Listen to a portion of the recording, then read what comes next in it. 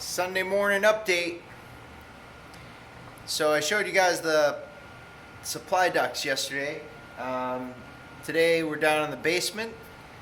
Kyle seems to be of a similar mindset.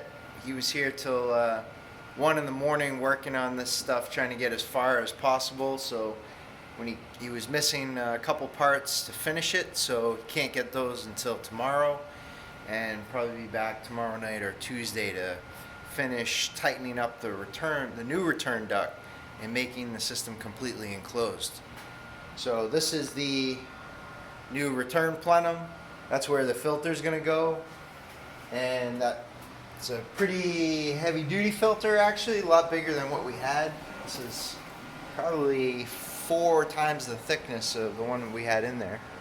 But this is going to be completely sealed, comes up, and it's an actual duct now, not 2 pieces of wood with a piece of sheet metal stapled to it.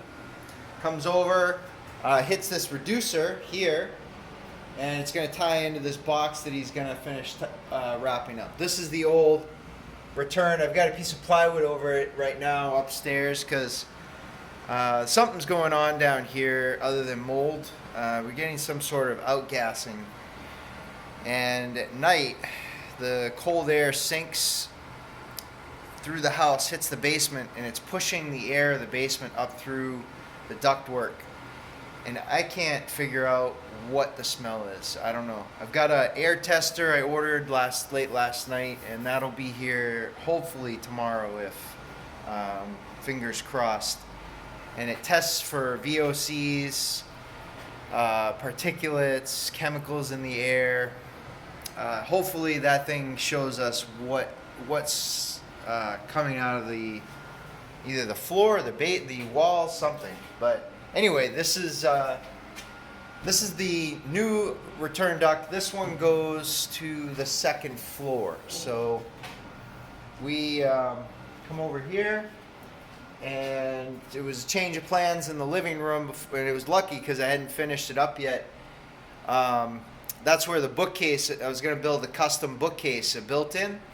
So we put the ductwork for a second return up to the 2nd floor of the house, which is a good thing to have. Nowadays, apparently, every room has its own return, has a supply and a return.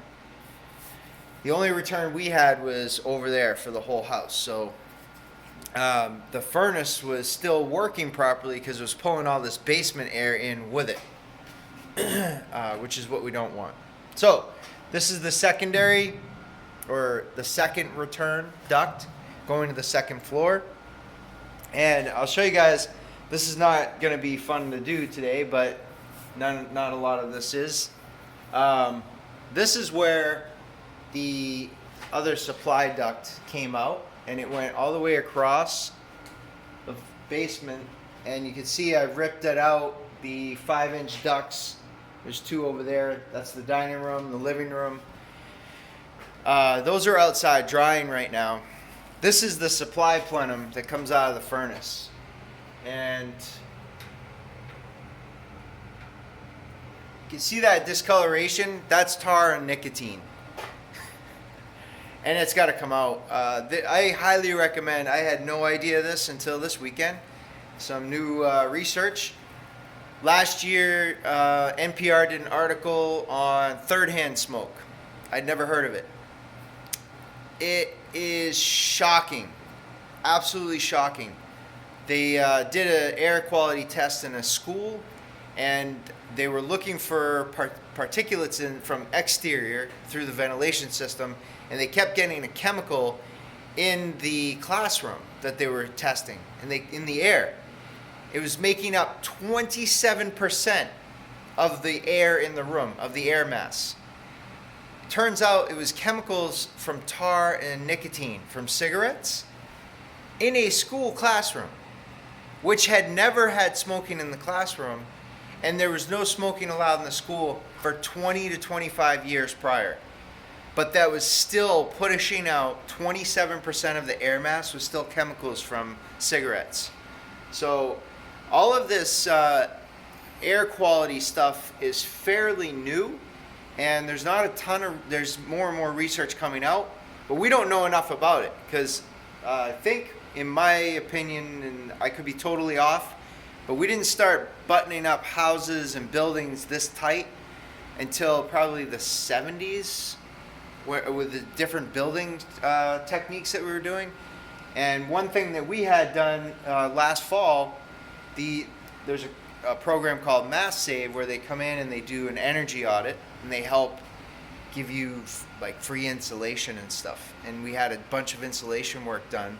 The utility companies fund this, and they're the ones that they sealed the basement, tightened it up, and that could be part of the issue here. Is now the house isn't breathing the same way, and it is an old house, and whatever is outgassing is getting stuck in here. So there's some weird things going on. You can see these. That's dampness coming up through the concrete. So something is under this floor, and part of one of the projects is this. I've got some concrete on order. This has to be sealed up, and it could be that there was a dry well in this basement at one point, and that's where they used to dump like gray water, like not toilet water, but like dishwater and laundry water. So it could be potentially that is what's smelling, that it got overused, the well burned out, and now it's pushing up through. I don't know. I'm still trying to figure this out, but I got a piece of sheet metal in my foot.